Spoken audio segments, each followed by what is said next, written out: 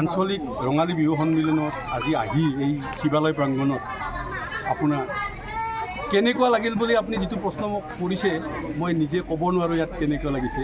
আচলতে মই আজি খুব মানে মনটো ইমান ভাল লাগিছে আৰু ইয়াত আহি কিনে মই যেতিয়া ইয়াত ভৰি দিছোঁ বিহুৰ গোটেই মানুহখিনিক দেখা পাই মই আচলতে মোৰ বিহুৰ মানে যিটো আনন্দ তাতকৈও মই এটা বেছি আনন্দ এই জেগাটোত আহিবলৈ পাইছোঁ। আৰু চবচে মোৰ এটা ভাল লাগিছে ইয়াৰ যিখিনি ডেকা ল'ৰা য়ং ল'ৰা যিখিনি গোটেইখিনি ল'ৰাই যিখিনি সুন্দৰভাৱে তেওঁলোকে যিখিনি ইয়াত এই পৰিচালনা কৰি আছে আৰু ইমান কষ্ট কৰি তেওঁলোকে লাগি আছে এই বিহুখনৰ কাৰণে, গতিকে মই নথৈ আনন্দিত। ৰঙালী বিহু সন্মিলনী চামতা ৰূপীয়াপাথান সাৰ্বজনীন শিৱালয় বাকৰিত 2015 চনত পোনপ্ৰথমবাৰৰ বাবে আৰম্ভ কৰা হৈছিল উৎসৱটি। বিভিন্ন ঘাট প্ৰতিঘাটৰ মাজেৰে আমি আহি 11 বছৰ উপস্থিত হৈছোঁহি।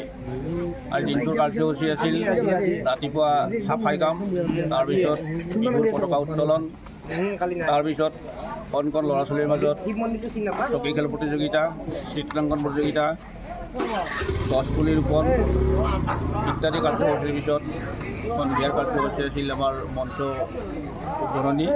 আৰু ইয়াৰ পিছত এতিয়া দলীয় নৃত্য আৰম্ভ কৰা হ'ব। তাৰপিছত দুটি বিহু হুঁচৰিৰ দ্বাৰা দলৰ দ্বাৰা বিহু হুঁচৰি সমাপ্ত হোৱাৰ পিছত আমি সাংস্কৃতিক সন্ধিয়াখনক সজাই পৰাই তুলিম আৰু তাত অংশগ্ৰহণ কৰিব সাংস্কৃতিক জগতৰ বিশেষ দুটি সাংস্কৃতিক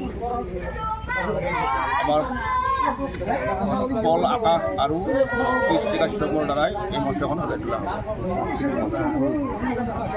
মঞ্চখন দল পৰিচালক পৰিচালনা কৰি